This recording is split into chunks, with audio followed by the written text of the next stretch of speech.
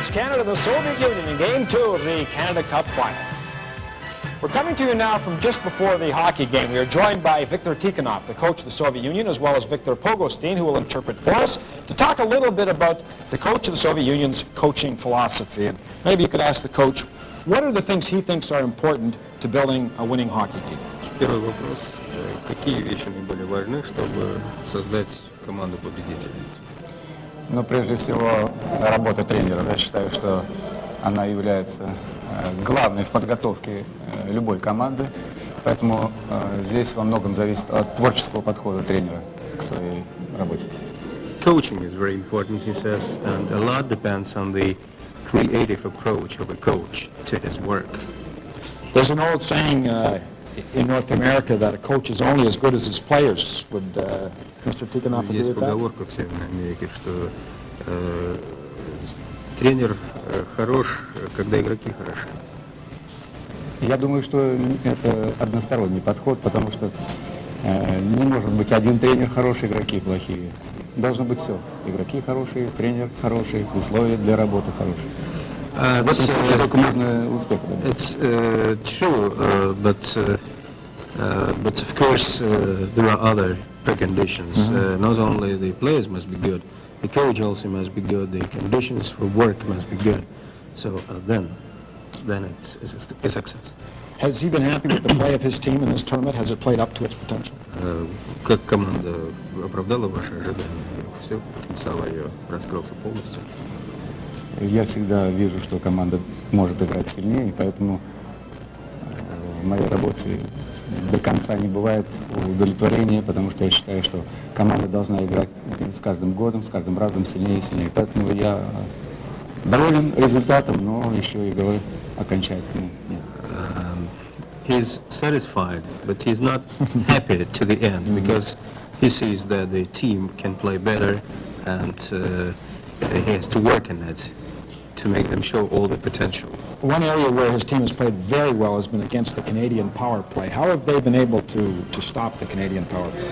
Один из приемов, который применяют обычно успешно канадцы, но мы ему противостоим успешно также, это игра в большинстве. Как вы считаете, что вы делаете, чтобы команду к этому подготовить? Это требует много времени. И я вижу здесь на турнире очень хорошие действия команды Канады именно в численном большинстве. Мне нравятся некоторые варианты. Я думаю, что я в работе своей воспользуюсь этим. Says that he enjoys Canada playing a power play and he probably used some of the variants they use in the power play for his coaching. But how has he stopped the Canadian power play? Because the Soviets have been very effective. Как вам удается остановить канадцев? Потому что мы очень эффективно противостоим. Но здесь есть два момента.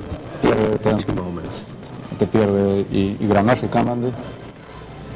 И второе, здесь нужно еще элемент везения. So two moments, he says, matter. First, the way our team plays. Second, luck. Well, thank the coach very much for us, and wish him the best of luck. Coach Viktor Tikhonov of the Soviet Union. It is the Soviet Union and Canada after 2 periods of play at Copps Coliseum. This is the Labatt Canada Cup on CTV. Now just 1 goal as we head towards the third. We're going to be joined now by Dr. Ian MacDonald on videotape. He's the chairman of the board of Hockey Canada. And he says in this country, attitudes have changed over the years toward Hockey Canada and amateur hockey in general. The amateur psychologist would say that we went through a certain trauma. We believed, after all, that this was our game and no one could tell us anything about it. The world changed very quickly. We had to go back and lick our wounds for a while and then regroup and say, all right, we're going to now adapt ourselves to that world. And I think we've seen the results in a remarkable way. How about the Center of Excellence? Can you tell me a little bit about what you're exactly trying to do there? Center of Excellence is a mandate to really look at anything that affects the performance of hockey, from the life of the youngest boy who aspires to be part of the game to the things that appeal to the public and to the things that interest players. For example, we have listened to this debate for a long time about how we produce young hockey players in Canada. We tend to get them on skates as soon as we can and throw them into competition as soon as we can. So the Centre of Excellence is sponsoring a research study in the University of Saskatchewan, which is taking over a 3 or 4 year period a control group of 2 groups of young boys. One group are playing a lot and practicing not so much. The other group are practicing a lot and playing not so many games. At the end of that time, and at each stage along the way, they're monitoring their development of their skills, their adaptability to the game, their general performance on the ice. So that's going to be very interesting to see what the results of that are, because that'll feed back over time through the whole way in which we organize boys hockey, young people's hockey. You've been very strong on the teaching of the skills through the use of videotapes and hands-on instruction with coaches. That's a big part of it too, isn't it?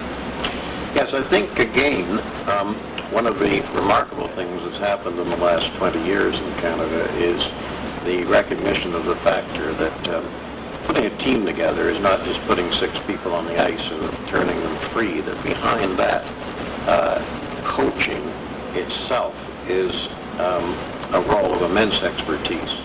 And so through the various hockey organizations in Canada, that has developed. And now taking the next obvious step of taking technology to be a vehicle to take those lessons and those opportunities to many more coaches and many more teams. How about the Olympic program itself? A big part of the thrust is that Olympic program too.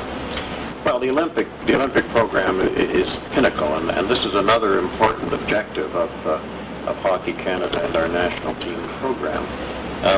It has been traditionally true, and understandably, that any young boy who aspires to be the best or to play with the best in Canada is thinking of professional hockey. But we then enter into competition with other countries whose system of life and organization is different. The pinnacle is to play for the national team in the Olympics.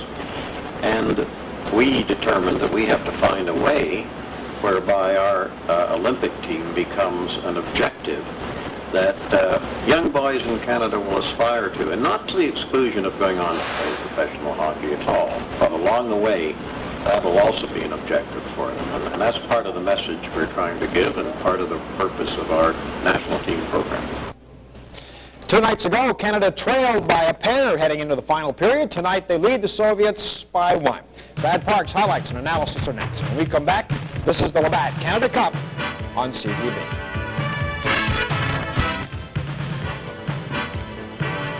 Just 1 goal separating Canada and the Soviet Union as we have played 40 minutes in Hamilton, Game 2 of this best-of-3 Canada Cup final. Soviets up by a game. Brad, your thoughts on that second period? Well, there's no doubt that the Soviets got back into the hockey game and they started to attack. And there was a lot of interesting things. The one thing was chances created both ways, a wide open period, and it's going to continue in the third period. But let's have a look at our first highlight. And as the Mike Gardner breakaway, we have a turnover. Paul Coffey moving the puck up to Mike Gardner. The key was this: Fedosov had moved in and got caught. Gardner gets a breakaway.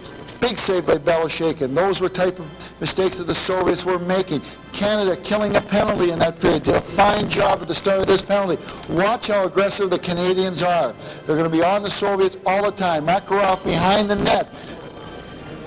Looks out to the point, the puck comes out here. Now here comes Gilmore out to the point right away. Kasatonov back into Makarov. Back in goes Gilmore. The puck comes out to the other point man, to Fetisov, and Gardner's after him. The puck is moved back into the boards. Now look how quickly that defenseman is on the Soviets. They don't give him a chance. Messier moves it out.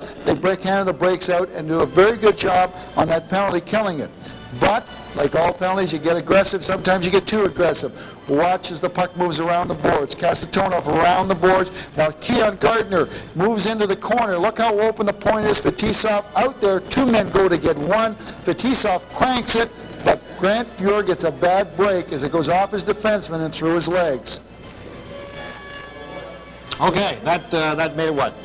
That made it I 3 forgot the score now. that made it 3-2. Yeah. Okay, so are you going to tell us how the Soviets tied it up? Well, there's no. They've been. I thought it was one of the prettiest goals I've ever seen. That It is, effort. and it was just something that Canada gets a power play. They have to go on the attack, but the Soviets bounce back. We're going to have a look at the Krutov goal right now. Here's Makarov carrying the puck. Watch Paul Coffey outleg him. Now this guy is quick. That just shows you how quick Coffey is. Canada aggressive. They're on the offense. Two guys go by him. Mario Lemieux, Mark Messier. He loses the puck here to Krutov. Now watch how Krutov goes wide, comes back and shoots it while he's moving. His legs don't even stop. He picks low on the glove side inside the post. The last highlight that I want to show you is what turned it all over. Ray Bourque turning the puck over, knocking it out. How'd you like to have these two guys having 2-on-1? This is like having Gordie Howe and Maurice Richard coming down on you. Gretzky freezes the defenseman over Lemieux, one-timer, upstairs, bellow shake it, no chance. That is one scary duel. Seems to me that the Canadians came out with all that intensity in the first period. I asked you if they could keep it up. It didn't look like we had the same kind of fervent attacking at both ends in that second period. No, the Canadians, we did not really get into the aggressiveness and challenge them because we didn't need the goals. On the other hand, the Soviets did. 20 minutes yet to play. Soviets trailing Canada by a single goal. This is the Labatt Canada Cup on CTV.